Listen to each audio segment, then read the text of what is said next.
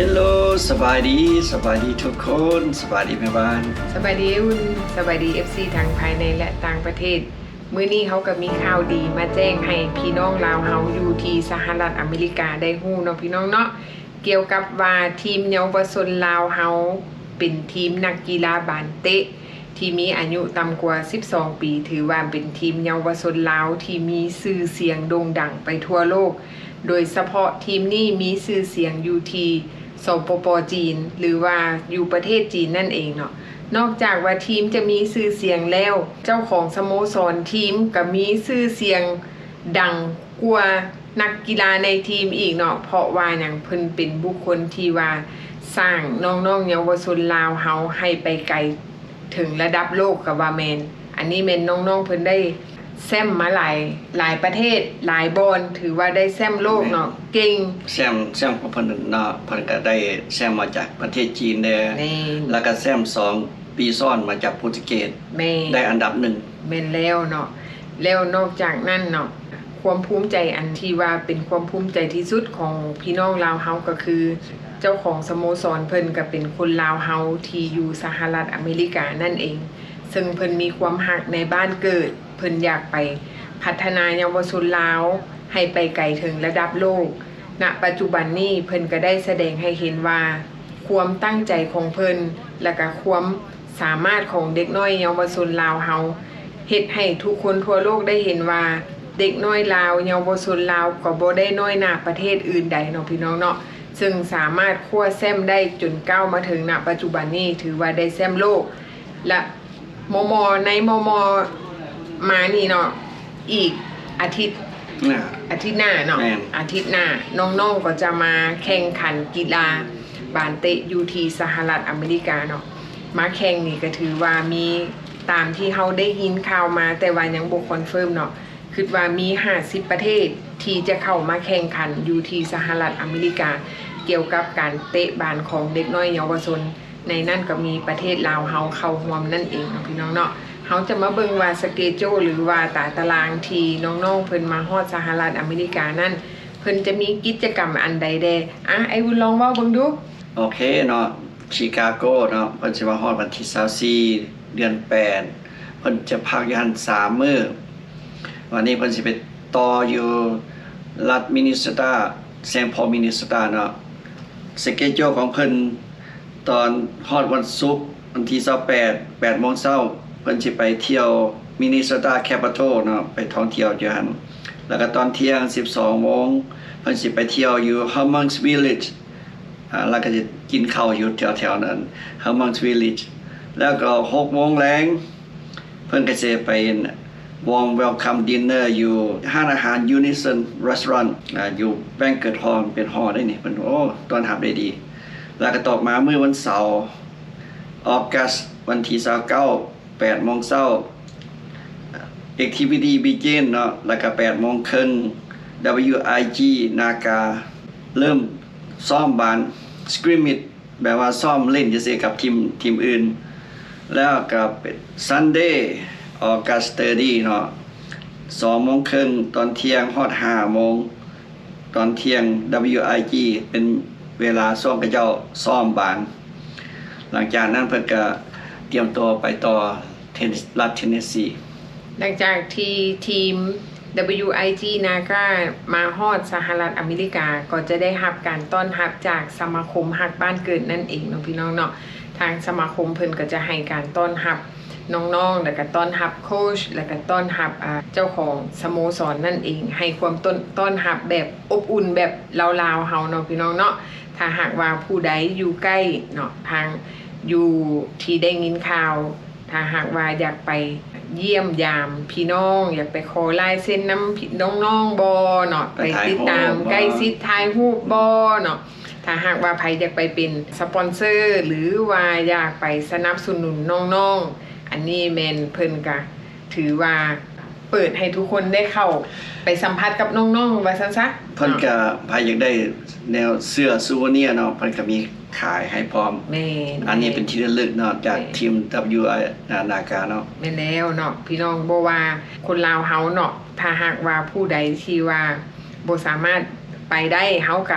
ให้กำลังใจอยู่นอกจอว่าซั่นๆเนาะพี่น้องเนาะส่งกำลังใจไปให้น้องๆก็คือเฮาอยู่ไกลนี่เฮาก็บ่สามารถสิไปหาเพิ่นได้เฮาก็เป็นกำลังใจหนึงให้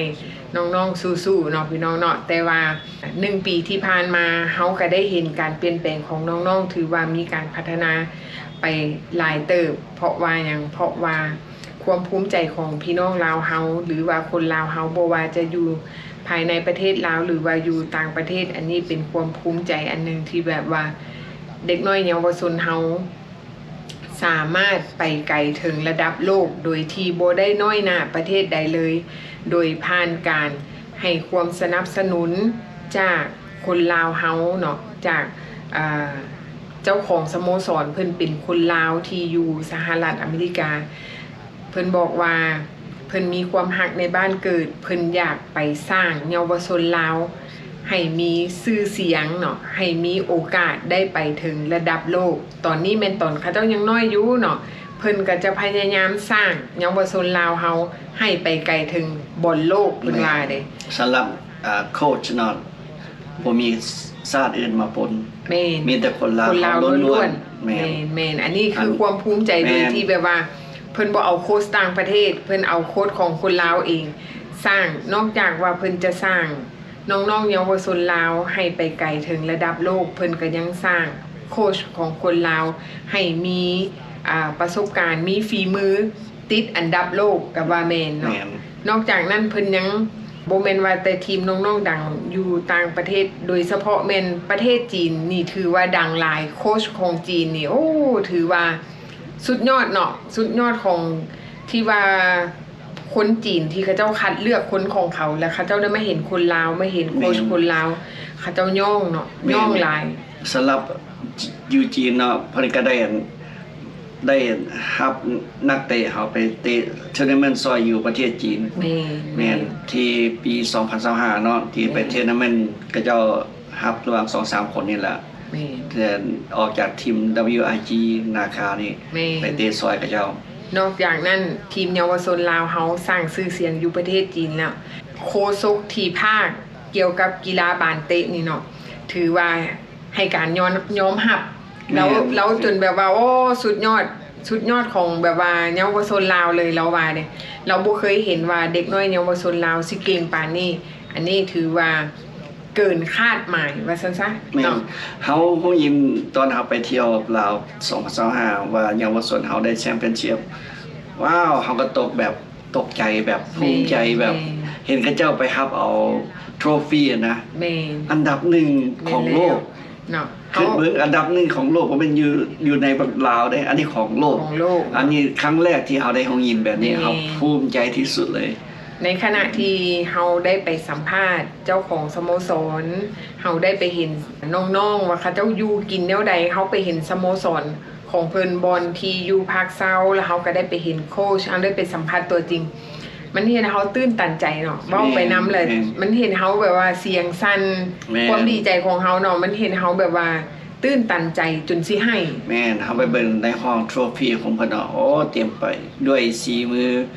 แบบนักเตะของเพิ่น ฝีมือล้วนๆ ฝีมือล้วนๆพี่น้องแบบว่าเฮาไปเห็นว่าเฮาไปรอบเบิ่งว่าสิว้าวแบบว่าผลหน้าเฮาจุลุกพุ่นละไป แม่น แบบว่าเฮาได้ไปสัมผัสสโมสรอยู่ประเทศลาวเฮาส่วนหลายเฮาคงยินแต่อยู่ประเทศอื่นสโมสรประเทศอื่นเนาะแต่อันนี้คนลาวเฮาปั้นขึ้นมาแท้ๆเฮา ปั้นด้วยสองมือล้วนๆเนาะ แม่น และน้องๆอยู่ในสโมสรเพิ่นจะเอิ้นพ่อใหญ่เนาะ อืม เพราะว่าเพิ่นเลี้ยงแบบคือลูกเพิ่นฮักคือลูกเนาะเจ้าของสโมสรเพิ่นแบบว่าประคบประหงมน้องๆเนาะโดยที่ว่าไผก็อยากมาเข้ามาเอาลูกมาฝาก แต่ว่า คัดเลือดต่อเลย เพิ่นคัดเลือกเพิ่นเอาฝีมือล้วนๆเนาะ แม่น เพิ่นบ่สนว่าจะเป็นแบบว่าเด็กน้อยที่มาเนาะจะเป็นบางคนว่าจะใส่เส้นใส่สาย แต่ว่าสำหรับทีมนี้แม่นเพิ่นเอาฝีมือล้วนๆแล้วนอกจากนั้น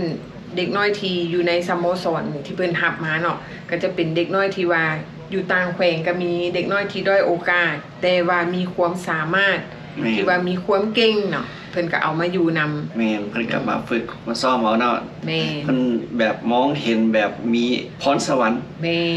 ป้ายเตะบ้านเพิ่นก็เลยรับมา แม่นแล้วนอกจากน้องๆที่จะมาเตะบานแล้ว ทางสโมสรเพิ่นก็ยังให้น้องๆได้เรียนภาษาอังกฤษเพื่อหยังเพื่อให้น้องๆทุกคนสามารถสื่อสารกับคนทั่วโลกได้บ่ว่าจะไปเตะอยู่สนามใดของโลกสามารถสื่อสารกับนักเล่นสื่อสารกับกรรมการสื่อสารกับโค้ชถือว่าไประดับอินเตอร์เนาะ แม่นตัวแม่นตัวเก่งตัวน้อยๆตัวเจ้าของเราเบลเกต เบลเกต แม่นเบอร์10เขาเจ้ามี2ไอ้น้อง สองน้องผู้อ้ายก็ซื้อท้ายเกิดเนาะ แม่น เก่งทั้งสองน้องอ้ายนี่ แม่น แต่เบลเกตนี่สามารถพังประตูได้หลายได้ แม่น ตอนเขาไปเยี่ยมยามทำ500ก็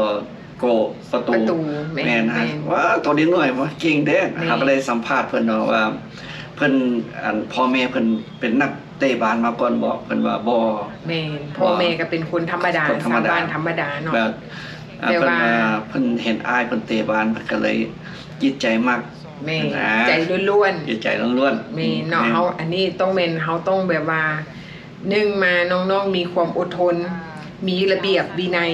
อยู่ในสโมสรเพิ่นก็จะมีโมงให้ถือว่าน้องๆนี่มีระเบียบมีวินัย แม่น เนาะและอีกอย่างหนึ่งโค้ชกับเขาก็ต้องขอบใจโค้ชที่ว่าถือว่าโค้ชนี่แม่นถึงระดับอินเตอร์ก็ว่าแม่นเนาะเพิ่นสอนด้วยทุ่มเหือแหงทุ่มจิตใจ แล้วก็ ว้าว ผ่านพาอุปสรรคมา แม่ กับ น น้อง บ่ถึงโค้ชเนาะแต่ละคนเพิ่นก็เตะทีมชาติลาวมาก่อน ๆแม่ บ่แม่นโค้ชเพิ่นก็มีexperience เนาะที่เตะบาสมาก่อน เพราะฉะนั้นเพิ่นก็เลยให้ experience มาสอนน้อง แม่เนาะพี่น้องเขาก็มีภาพบรรยากาศตอนที่เขาได้ไปสัมภาษณ์กับน้องๆแล้วเขาก็ได้ไปสัมภาษณ์โค้ชแล้วเขาก็ได้ไปสัมภาษณ์เจ้าของสโมสรเนาะเขาก็มีภาพเบื้องหลังมาให้ทุกคนได้เบิ่งเพราะว่าเธอแล้วนี่ปีกายนี่ที่เขาไปบางคนก็อาจจะได้เบิ่งบางคนก็อาจจะบ่ได้เบิ่งเนาะเขาก็จะเอาภาพเก่าๆนั่นมาย้อนหลังให้ทุกคนได้เบิ่ง โอ้ยเขาก็เสียดายเนาะเสียดายที่ว่าเขาบ่มีโอกาสที่ได้ไปสัมผัสอีกครั้งหนึ่ง ๆแม่น ตอนที่เขาเจ้ามาถึงสหรัฐอเมริกาเขาน่าจะมีโอกาสได้ไปสัมผัสนั่น บ่อยากสัมผัสไปสัมผัสเพิ่นอยู่แล้วเนาะ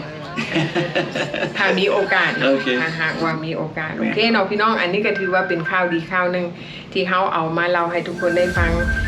ถ้าหากว่าผู้ใดเห็นคลิปนี้แล้วก็เตรียมตัวเนาะเพื่อที่จะไปให้กำลังใจน้องๆอยู่ขอบสนามเด้อพี่น้องเด้อ เชียร์สู้ สู้ๆเนาะโอเค โอเค โอเคบาย บ๊ายบาย